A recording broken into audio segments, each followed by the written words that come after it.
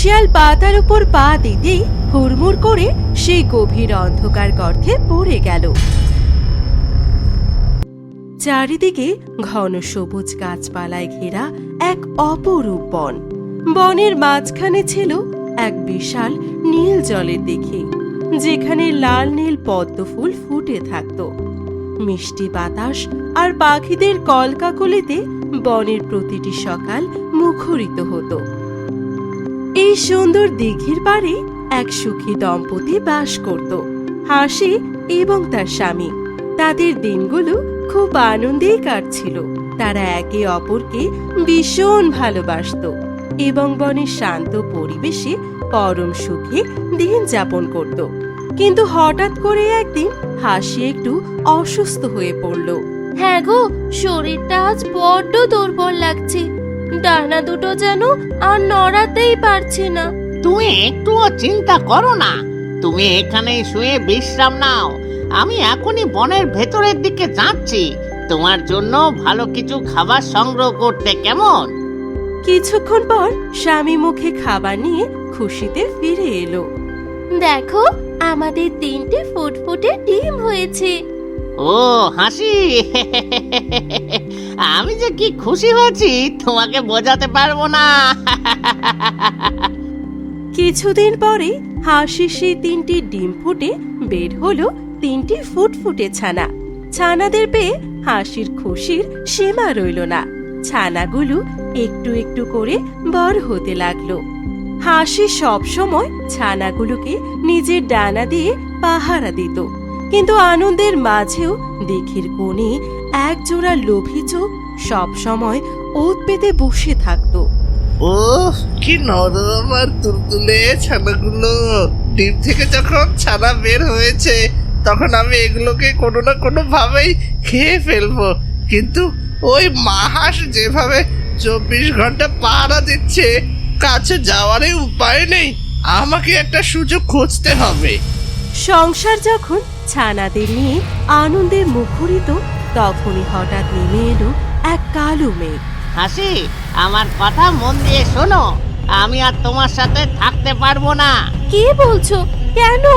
আমাদের ছানারা তো মাত্র বড় হতে শুরু করেছে। আমরা কত সুখে আছি। কিসের সুখ?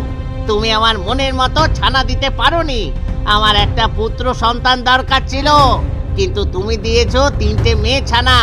আমি চলে যাচ্ছি, আমি অন্য একটা বিয়ে করব। দোহাই তোমার, আমাদের এভাবে ফেলে যেও না। আমি একা এদের কিভাবে রক্ষা করব, কিভাবে খাবার জোগাড় করব? ওদের মুখের দিকে তাকিয়ে হলেও থেকে যাও। কোনো কথা না বলে হাসির স্বামী চলে গেল। বাহ, হাঁসের স্বামী তো আমার কাজটা একদম সহজ করে দিয়ে গেল। এবার এই হাঁসটা একা। হাসির একাকিত্ব এবং অসহায়তার সুযোগ নিতে শিয়াল এবার এক পরিকল্পনা করল। বোন হাঁস, আহা, তোমার স্বামী তোমার সাথে যে অন্যায় করেছে তা শুনে আমার কলিজাটা ফেটে যাচ্ছে। তুমি একা কিভাবে খাবার খুঁজবে আর ছানাদের পাহারা দেবে বলো? হ্যাঁ, শিয়াল ভাই, তুমি এখানে কেন? তুমি আমাদের কোনো ক্ষতি করবে না তো? আরে ছি, বোন হাঁস, কি বলছো এসব? আমি কি তেমন খারাপ? শোনো, তুমি যখন গভীর দিঘিতে খাবার খুঁজতে যাবে, আমি ঝোপের আড়ালে বসে তোমার ছানাদের পাহারা দেব, যাতে কোনো বাজ পাখি বা অন্য কোনো হিংস্র প্রাণী তাদের ছুঁতেও না পারে। আমি তো তোমার বন্ধুই, তাই না? সত্যি বলছো শিয়াল ভাই? তোমার উপর বিশ্বাস করতে পারি তো? 100 বার পারবো বোন, তুমি নিশ্চিন্তে যাও। হাসি খাবার আনতে চলে গেল। হাসি চলে যেতেই শিয়াল এক লাফে একটি ছানাকে মুখে পুরে নিল। কি স্বাদ! বাবা বাবা, রোজ একটা করে খাবো। হাসি ফিরে এলো এবং একটি ছানাকে না পেয়ে কাঁদতে লাগলো।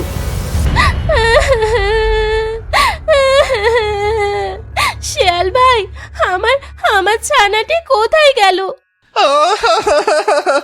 হায় বোন, কি বলবো আর, এক বিশাল বাজ পাখি এসে ছানাটিকে ছো মেরে নিয়ে গেল।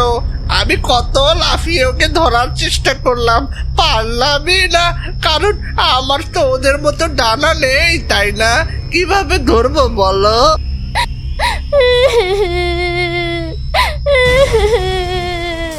হায় আমার কপাল। পরের দিনগুলোতে শিয়াল একই ছলনা করে বাকি দুটি ছানাকেও খেয়ে ফেলল। সব হারিয়ে হাসি বাসার এক কোণে ঢুকরে কাঁদছিল।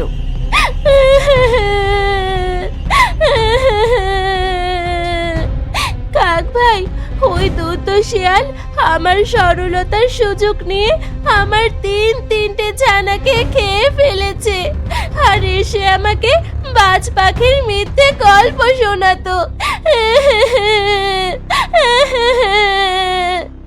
কা কা এত বড় সাহস আমাদের এই শান্ত বনের ছানাদেরও এভাবে খেলো।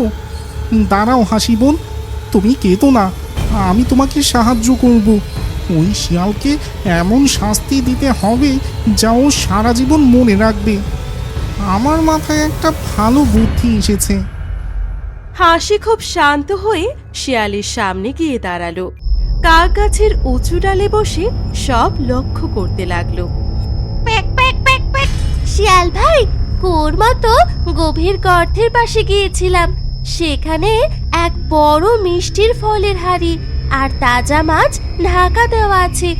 আমি তো খুব ছোট, ডালপালাগুলো সরাতে পারলাম না। তুমি গেলে দুজনে মিলে পেট ভরে খেতে পারতাম।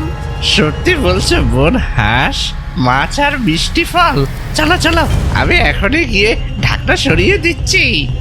হাসি শিয়ালকে বনের এক গভীর গর্তের কাছে নিয়ে গেল।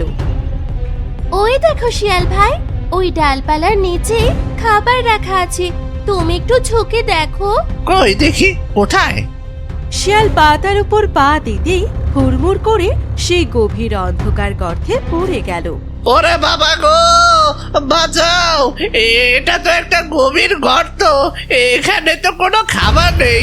বোন বোন হাঁস, আমাকে আমাকে জলদি টেনে তোলো না বোন। কা কা কা তোকে গর্ত থেকে তোলার জন্য আমরা ডাকিনি রে লোভী শিয়াল। তুই আমাদের হাসি বোনের ছানাদের খেয়েছিস, তার শাস্তি এবার তুই পাবি। Pack pack pack. তুই ভেবেছিলি তুই খুব চালাক। আমার অবুঝ সন্তানদের তুই কিভাবে খেয়েছিস? এবার এই গর্ততে তোর লোভের শাস্তি হোক। ওরে বাবা গো, কামড় দিল গো! ঝাঁকে ঝাঁকে মৌমাছি আমাকে হুল ফোটাচ্ছে। বাঁচাও বাঁচাও, আমি আর কোনোদিন ছানা খাবো না। বোন হাঁস, আমাকে মাফ করে দাও, আমাকে মাফ করে দাও না। ধূর্ত শিয়াল তার নিজের লোভ আর পাপের কারণে গর্তে বন্দী হয়ে মৌমাছির কামড়ে উপযুক্ত শাস্তি পেল। আর সাহসী মা হাসি তার বন্ধু কাকের সাহায্যে সন্তানদের উপর হওয়া অন্যায়ের সঠিক বিচার পেল।